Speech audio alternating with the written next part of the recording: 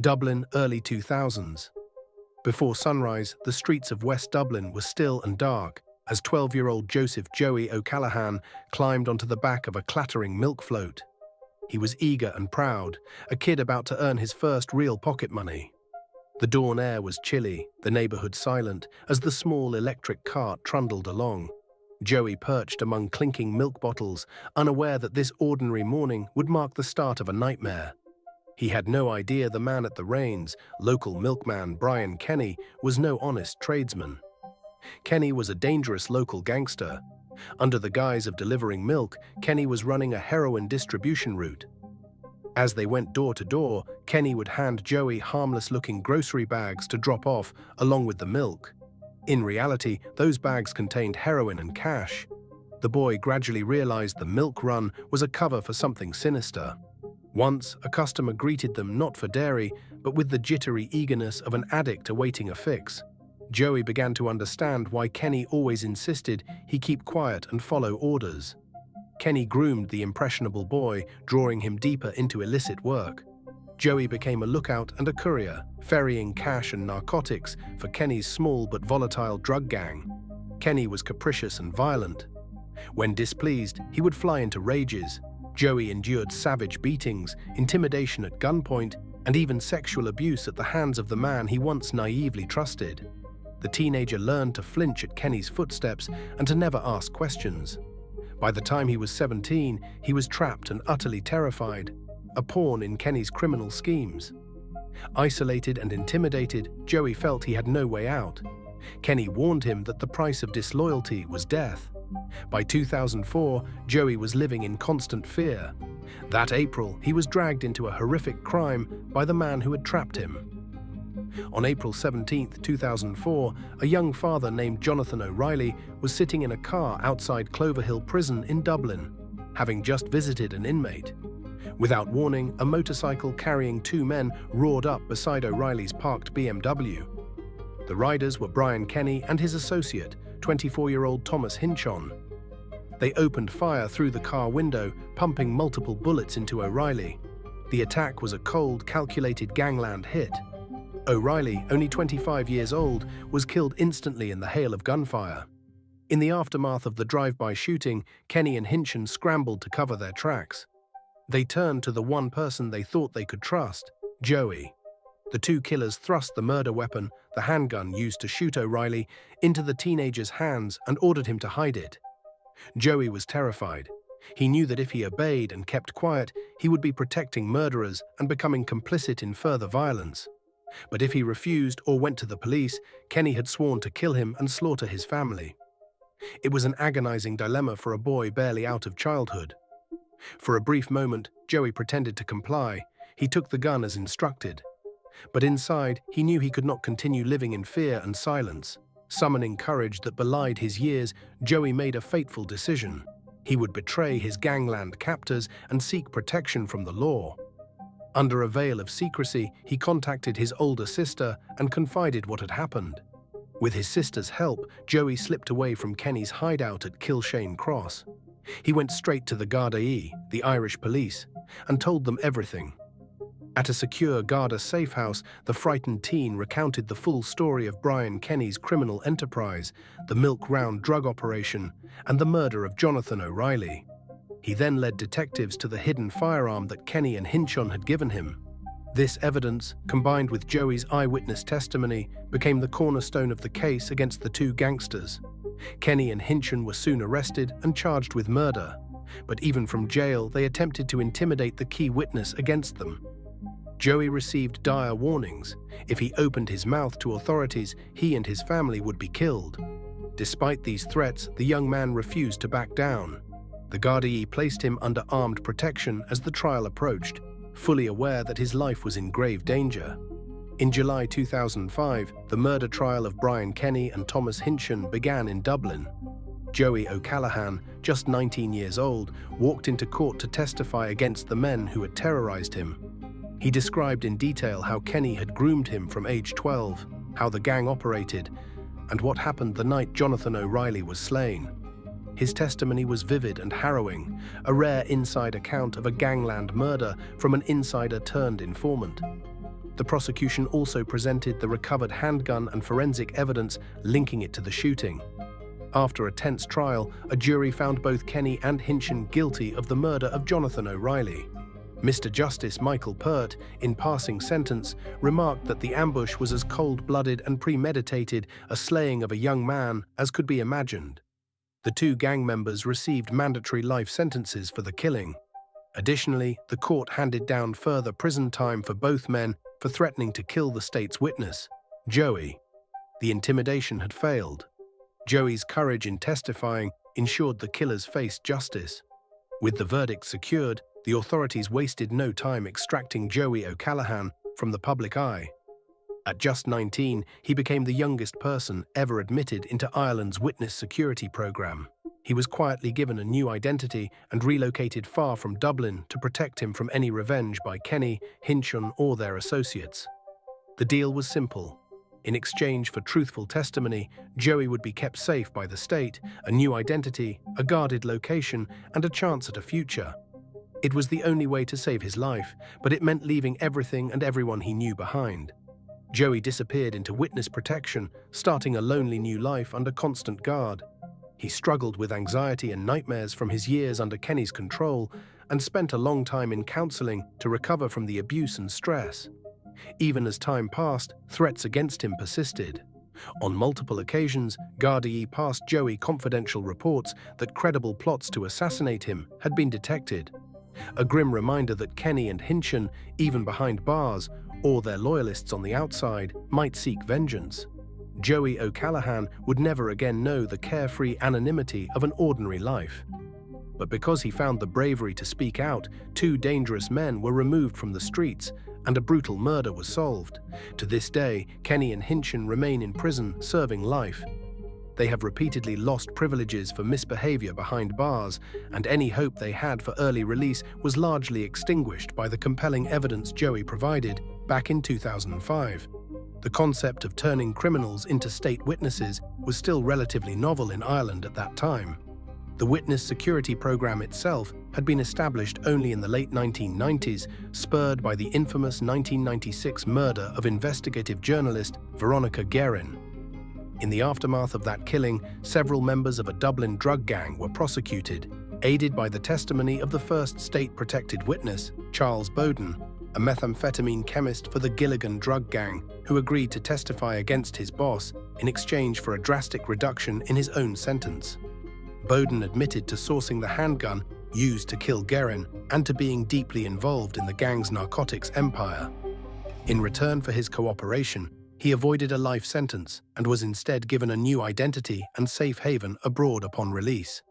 His participation helped convict key gang members. Bowden's deal, accompanied by judicial remarks about his self-serving nature, set the precedent for Ireland's witness protection program, despite the moral ambiguities of relying on such testimony. But Joey O'Callaghan's case stood out. Never before had someone so young entered the program. His brave cooperation in 2005 demonstrated both the value and the peril of this strategy, proving that even a teenager's words could bring down hardened killers, albeit at enormous personal cost. For over a decade, Joey stayed silent, effectively erased from his old existence. Only many years later, in his 30s, would Joey cautiously emerge. First in an anonymous memoir and later in a rare recorded interview, to tell his story, using his own voice to warn other youngsters about predators like Kenny. A few years after Joey O'Callaghan's ordeal, another unlikely informant emerged, this time in Limerick, and this time a young woman caught in the grip of an infamous crime family. April Collins was still a teenager when she became romantically involved with Ger Dundon, a member of Limerick's notorious McCarthy Dundon gang. This gang was at the epicenter of a violent feud that gripped Limerick City throughout the 2000s. Two extended criminal families, the McCarthy Dundon faction and their rivals, the Keane Colopy faction, were engaged in tit-for-tat violence that turned parts of the city into war zones. Dozens of shootings, pipe bomb attacks, and multiple murders were recorded at the feud's height. Ordinary residents lived in fear as the crime bosses settled scores with total disregard for bystanders. As a girl of 15, April found herself drawn into this world through her relationship with Ger. By her late teens and early 20s, she had a front-row seat to the gang's activities, and at times she was coerced into assisting them. Life with the Dundons was turbulent and dangerous. April witnessed firsthand the casual brutality with which the gang operated. She saw how they dealt with perceived traitors or enemies, intimidation, beatings, and worse. In one instance, April herself was pressured into helping threaten a witness who had crossed the gang. She later even found herself convicted of a minor offense for that act of intimidation. Fear pervaded every aspect of her existence. Speaking out or defying the gang was unthinkable. Like many in the gang's inner circle, April kept her silence out of self-preservation. In November 2008, the gang war in Limerick escalated to a shocking new low. A 28-year-old Garryowen rugby player with no criminal connections was mistaken for a gang target and brutally murdered. He was shot dead near his home in a case of mistaken identity as he walked to his girlfriend's house.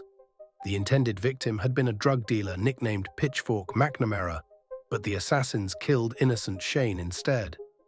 The murder of an entirely blameless citizen sent shockwaves through Ireland and proved that the Dundon gang's violence knew no bounds. It also deeply affected those close to the gang. April Collins knew that her boyfriend's brother, John Dundon, was suspected of ordering the killing behind the scenes. In early 2011, a turning point came for April.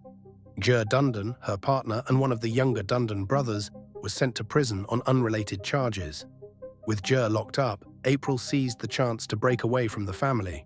Their relationship fell apart, and she began distancing herself from the gang's criminal orbit. Now a young mother of several children, April had more than just herself to think about.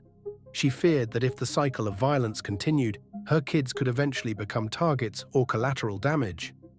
Knowing what she did about the gang's inner workings put April in a dangerous but powerful position. After leaving Ger, she made the life-altering decision to do the unthinkable. She agreed to cooperate with law enforcement to bring down the Dundon empire. The Garda, long stymied by a wall of silence in Limerick's underworld, suddenly had a critical insider willing to talk. It was a risky gamble for April. The Dundon were infamous for punishing informers ruthlessly. But April understood that the only way to protect her family and find any semblance of normal life was to help put the gang leaders behind bars. In 2013, April Collins became a star witness in the special criminal court trial of John Dundon, who had been charged with orchestrating the murder of Shane Geoghegan. Because of the extreme threat posed by the defendants, the case was heard by a panel of 3 judges in the special criminal court without a jury, an extraordinary measure typically reserved for terrorism and organized crime cases due to the extreme intimidation risk. She was not alone in this bold step. Her younger sister Lisa, who was dating another member of the gang, and a family friend named Christopher McCarthy also agreed to testify. Together, their insider accounts provided a damning picture of the gang's activities. In court, April described chilling conversations and events leading up to the murder. She recounted a night in the Dundon household before the killing when John Dundon convened a meeting with his crew. In April's presence, he discussed how he had tracked the movements of their intended target, and then he issued an order to a hitman, Barry Doyle. "The gun is there, you kill him," he told Doyle, while instructing others who would act as getaway drivers. April also testified that Nathan Killeen, another associate in the room, protested that things were not sorted, only for John to cut him off and insist the plan go ahead. The following night, Shane Geoghegan was shot dead in error. Throughout her testimony, April Collins was visibly frightened. She knew the men she was testifying against had long instilled terror in the community and in herself. Indeed, when she first agreed to cooperate, Garda took extraordinary measures to protect her. She and other witnesses were moved to secret locations under armed guard. Even in the courtroom, facing John Dundon across the chamber was an ordeal. April did not mince words about her own past misdeeds. She admitted the times she had helped the gang under duress and explained why she initially kept quiet. This honesty likely bolstered her credibility. The presiding judges noted that while she was plainly terrified of the accused, she remained steadfast in her account of what was said and done. Her testimony was truthful and compelling, they concluded, and it was well corroborated by independent evidence like CCTV footage and mobile phone records. the Special Criminal Court took exceptional measures to ensure witness safety. Armed gardaí stood guard, and the proceedings were tightly controlled.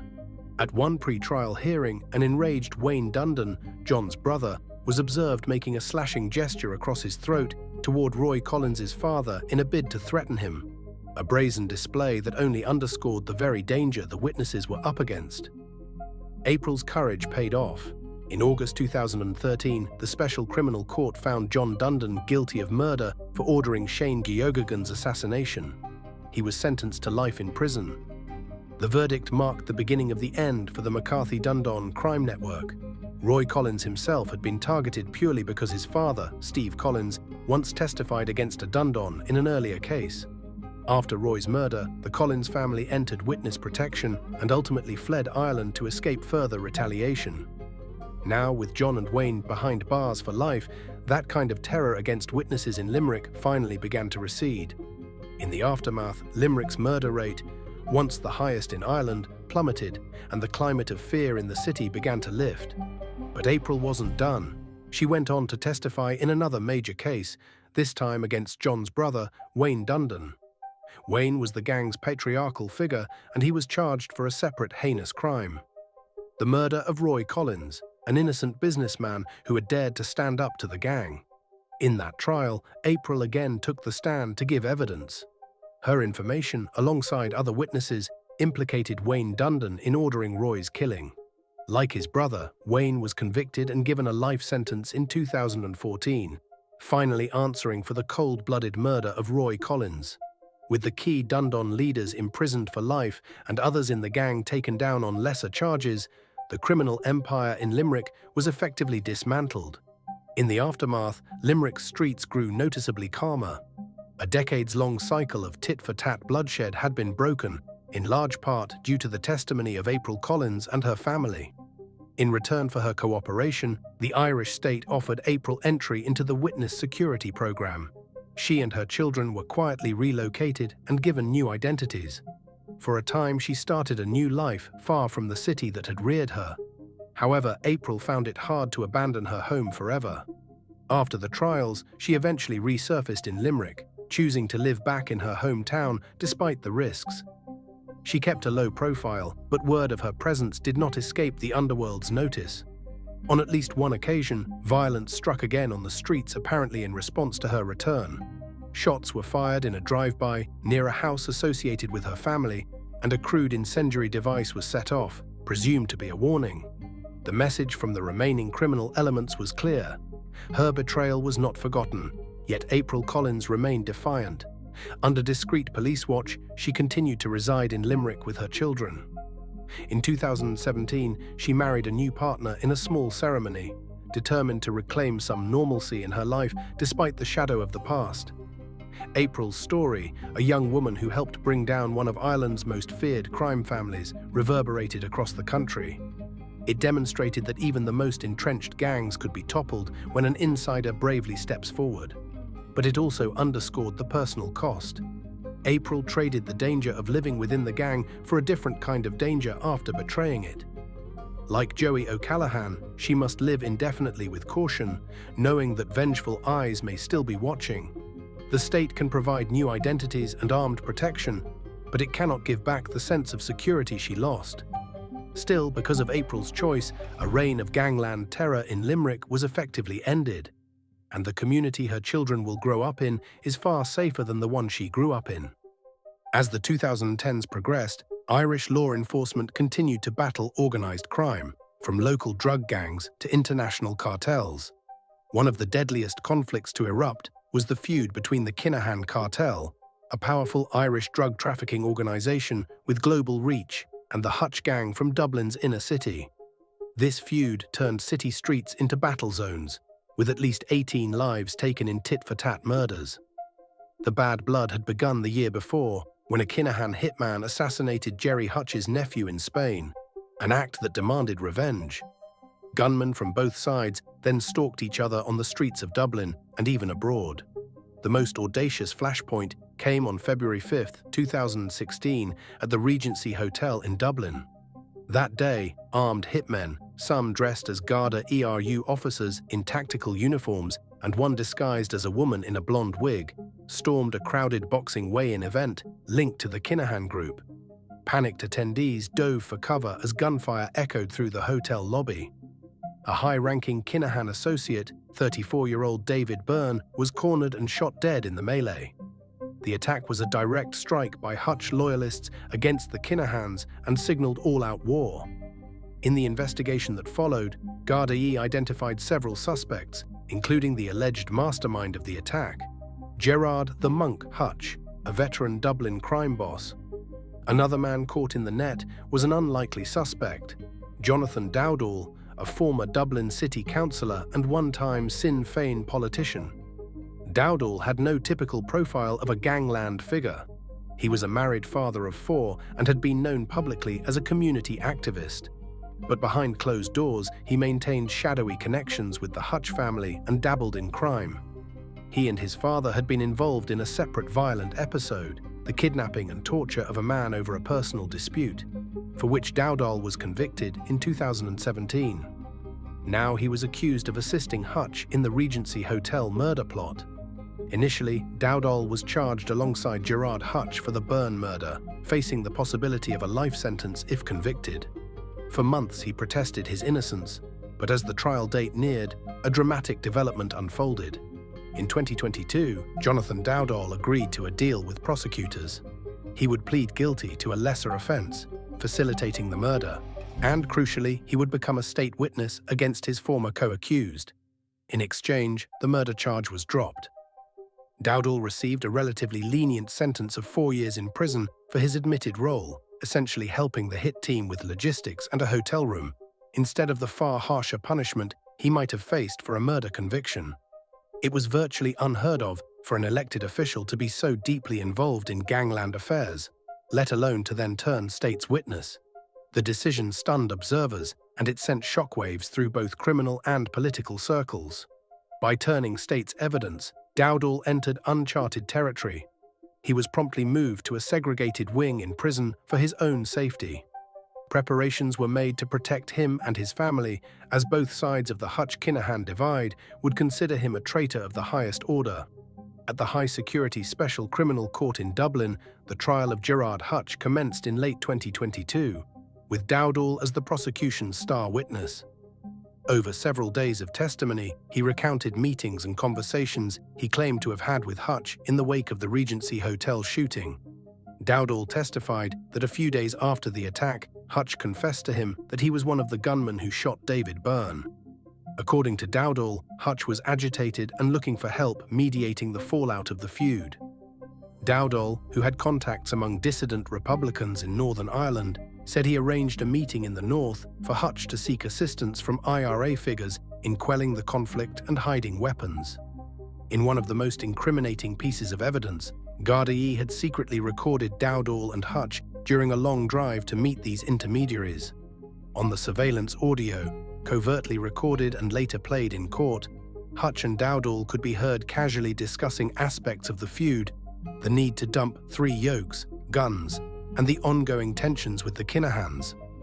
Daodol also claimed Hutch showed him rifles in a stash house and asked for help moving them. Though Daodol's cooperation provided an inside narrative of the Hutch gang's activities, it soon became clear that his credibility was a major weak point. Under cross-examination, defense lawyers highlighted inconsistencies in his story and probed his own criminal past. Daodol had previously lied to authorities and even lied to the Republican contacts he approached, at one point falsely claiming IRA membership to gain their trust. His involvement in the earlier torture case also cast a long shadow over his character. The judges, sitting without a jury for security reasons, approached his testimony with caution, aware that a self-confessed criminal might have motives to shift blame or minimize his own role. In April 2023, after 52 days of evidence, the Special Criminal Court delivered its verdict. Gerard the Monk Hutch was found not guilty of the murder of David Byrne and walked out of court a free man. The court concluded that while Hutch likely had knowledge of or involvement in the broader feud, Daodol's testimony alone was too unreliable to eliminate reasonable doubt of Hutch's direct guilt in the Regency attack. The judges sharply criticized Daodol's pattern of lying and alternate character modes, noting that without strong corroboration, they had to treat his claims with extreme skepticism. The state's gamble on the informant had not secured the conviction of its high-profile target. For Jonathan Daodol, however, there was no return to normal life after the trial. He had publicly branded Jerry Hutch a killer in open court, an act that in Gangland eyes made him a marked man. Even though his testimony did not jail Hutch, Daodol had broken the Underworld's sacred code of silence. Immediately after the trial, authorities finalized Daodol's admission into the witness security program. He was formally accepted, and preparations were made to relocate him abroad under a new identity once his prison term for the lesser charge is complete. His wife and children would also be given new identities, as the threat extended to anyone associated with him. Daodol is expected to serve his sentence in protective custody and then vanish into exile, likely in another country far from Ireland. Police and security services, in whatever new home he finds, will be responsible for his safety going forward. Intelligence assessments have deemed Daodol under a severe and continuing threat from criminal elements. The Hutch faction, who now know he betrayed them, and the Kinahan Cartel, who likely would target anyone involved in the Regency attack fallout, both have motive to wish him harm. In essence, Daodol traded a longer jail term for a shot at freedom, but it is a heavily qualified freedom that will require him to live in secrecy and perpetual caution. While Daodol's cooperation did not bring about the legal outcome authorities hoped for, it did shine a rare light on the inner workings of Ireland's most notorious Gangland feud. The case showed that even well-connected criminals can be motivated to turn informer under enough pressure. It also illustrated the limits of such testimony. Without solid evidence to back up an informant's claims, courts remain reluctant to convict. Nonetheless, the fact that a prominent figure like Daodol flipped sent ripples of paranoia through organized crime circles. If a city councillor could secretly record conversations and work with police, gang leaders had to wonder if any associate might one day do the same to them. Some of the most significant cooperation with law enforcement has come from within paramilitary organizations, where secrecy and betrayal carry even higher stakes. During the last 2 decades, in the wake of the Troubles, it became apparent that both Republican and loyalist armed groups had been deeply infiltrated by informers. Security services on both sides had long cultivated spies in these outfits, and by the 2000s virtually every paramilitary faction was compromised to some degree by a member secretly on a state payroll. The paramilitary informers often faced even deadlier consequences for their treachery than civilian informants. One dramatic example came to light in 2005 with the exposure of Dennis Donaldson. Donaldson was a veteran member of the Provisional IRA and a high-ranking Sinn Féin official. He had spent decades as a trusted operative in the Republican movement. He was once photographed alongside IRA hunger striker turned politician Bobby Sands, and by the early 2000s he headed Sinn Féin's administration at Stormont, the Northern Ireland Assembly. But all the while, he was living a double life. In late 2005, Donaldson confessed that he had been recruited by British intelligence in the 1980s and had served as an informant for approximately 20 years. His unmasking sent shock and disbelief through Sinn Féin and the IRA's ranks. Here was someone who had been at the elbow of leaders, privy to strategy meetings and secrets, secretly reporting to MI5 and the police special branch. The circumstances of Donaldson's outing were extraordinary. A few years earlier, in 2002, police had raided Sinn Féin's offices at Stormont, alleging an IRA espionage ring, a scandal dubbed Stormont Gate. Donaldson himself was arrested and charged with possessing sensitive documents, accused of gathering security force information for the IRA. The incident collapsed the power-sharing government at the time amid the furore. But in late 2005, those charges against Donaldson were abruptly dropped with no explanation. It soon emerged why, under threat of exposure by his handlers, Donaldson decided to come clean to his comrades. On December 16, 2005, he recorded a statement for broadcast on national television and calmly revealed, "I was a British agent at the time. I was recruited in the 1980s after compromising myself during a vulnerable time in my life. Since then, I have worked for British intelligence and the RUC PSNI Special Branch." He apologized to his Republican comrades and to his family for his deceit. The revelation that a Republican stalwart had been betraying the cause for 2 decades was described by Ireland's Prime Minister as bizarre as it gets. It was the biggest insider scandal to hit the IRA since 2003, when another senior IRA figure, Freddie Scappaticci, alleged to be a high-ranking British mole codenamed Steak Knife, had been exposed. Scappaticci had ironically headed the IRA's internal security unit, tasked with unmasking informers, even as he himself was secretly on the British payroll. Donaldson's confession made undeniable the depth of infiltration in the movement. If informers in Gangland faced danger, informers in the IRA faced near certain doom. Dennis Donaldson surely knew the risk he was taking by outing himself. After his confession, he was immediately expelled from Sinn Féin and became a marked man.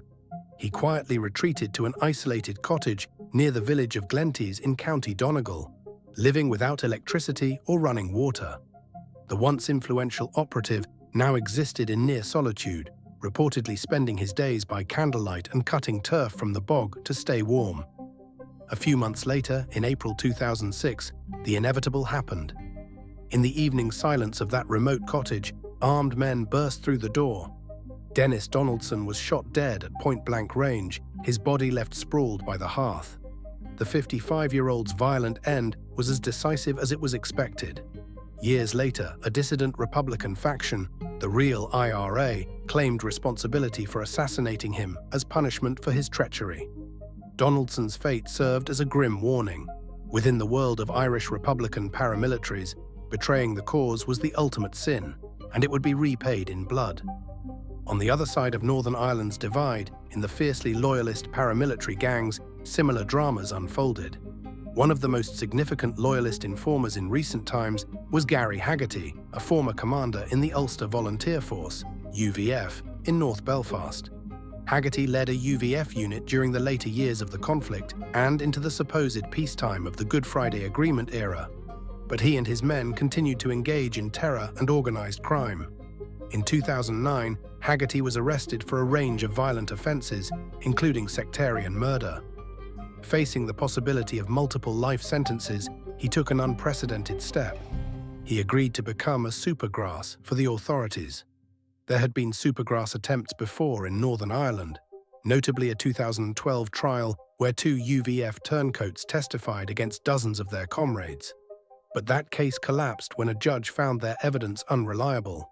Despite that checkered history, authorities believed Haggerty's cooperation was too significant to pass up.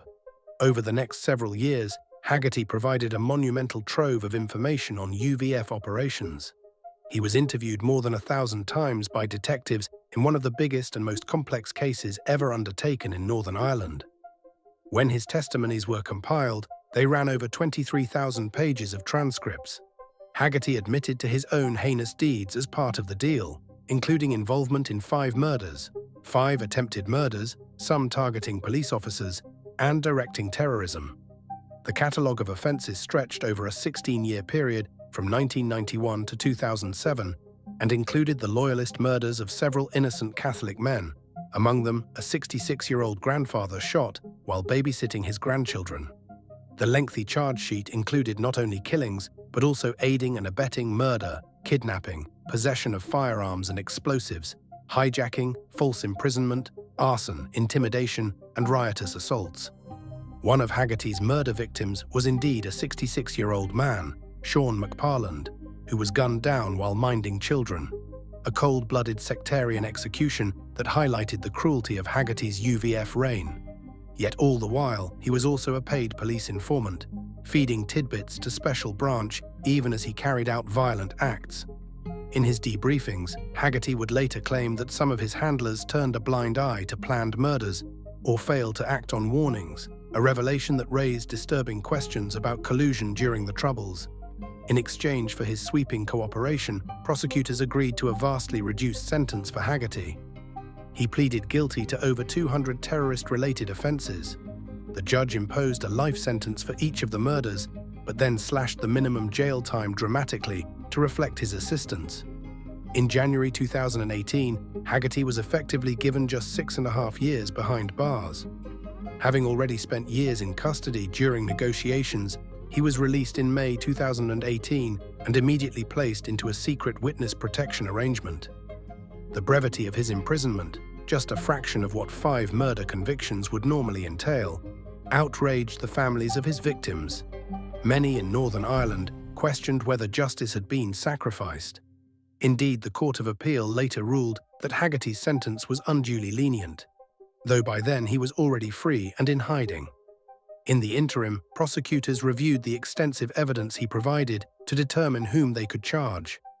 It was understood Haggerty had named 14 fellow loyalists, implicating some in 4 additional murders, and identified 2 former Royal Ulster Constabulary officers he alleged had protected him. There was a significant police presence around the Belfast courthouse when Haggerty made his plea, a reflection of how divisive his deal was.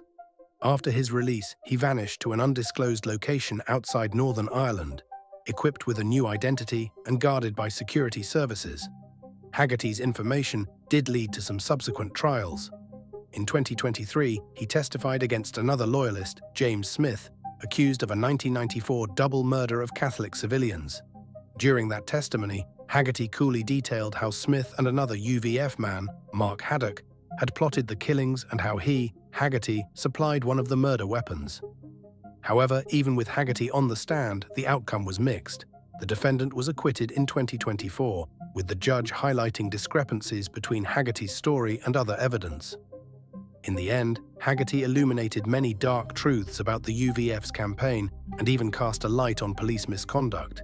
But few others went to jail as a result of his cooperation. His 6-year sentence was widely perceived as a form of impunity. A man who had personally taken lives was effectively free, while some of his victims' families never saw full justice. Still, from the police's perspective, Haggerty's case removed a top loyalist commander from the streets and delivered an intelligence windfall on decades of unsolved crimes. Informers and infiltrators remain a crucial weapon against violent subversives. In 2020, for instance, a long-term MI5 agent who had secretly joined the ranks of the dissident New IRA orchestrated a sting operation that led to the arrest of much of that group's leadership in Northern Ireland. The agent, known to his comrades simply as Dennis, lured senior New IRA members to a rented house outside Belfast for what was supposed to be a secret meeting, not knowing the venue was wired with surveillance devices. When armed police later swooped in to make arrests, the spy vanished overnight, spirited away by British intelligence into a new identity. His betrayed comrades were left stunned, realizing that a man they had treated as a trusted friend was working for their enemies all along. It was yet another reminder that even the most secretive organizations can be betrayed from within, and that those who do so must leave their entire life behind in an instant. Each of these informers, Joey O'Callaghan, April Collins, Jonathan Daodol, Dennis Donaldson, Gary Haggerty, and others like them, contributed in their own way to bringing down criminal enterprises or terror networks in Ireland. Their cooperation with law enforcement yielded extraordinary results. Vicious gang leaders were imprisoned, murder plots were foiled, and terrorist infrastructures were exposed. But these victories came at great personal cost to the informants themselves. They uniformly faced threats to their lives. Many had to be spirited away into hiding, often taking their immediate families with them.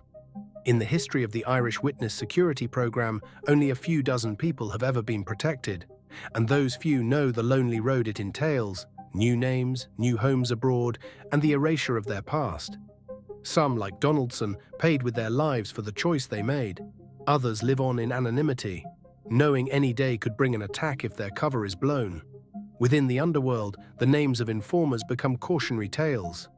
To gangsters and paramilitaries, they are traitors, rats to be dealt with mercilessly. The underworld's code of silence remains nearly unbreakable, which is why turning informant is such a rarity.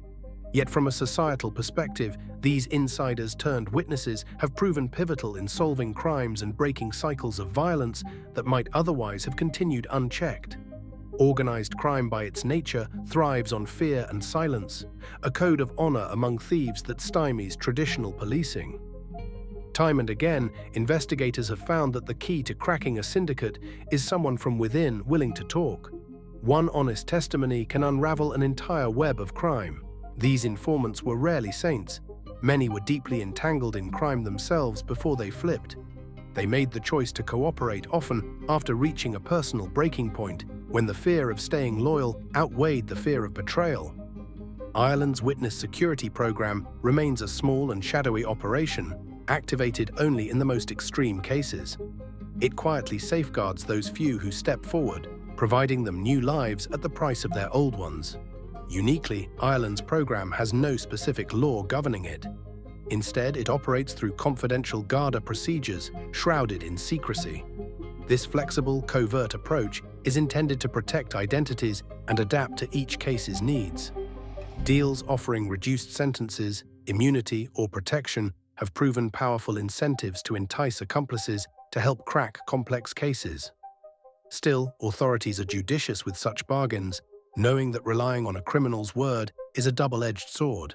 A case can collapse if a judge or jury finds an informant unreliable. For every high-profile informant who takes the stand, there are others whose cooperation remains secret. In some cases, suspects provide intelligence confidentially to guide investigations without ever revealing their identities in open court. A low-level drug courier's tip-off might lead to a massive narcotics seizure overseas. A former gang enforcer might debrief detectives behind closed doors, mapping out a crime network for them. These quieter informants also play a critical role in dismantling gangland structures piece by piece.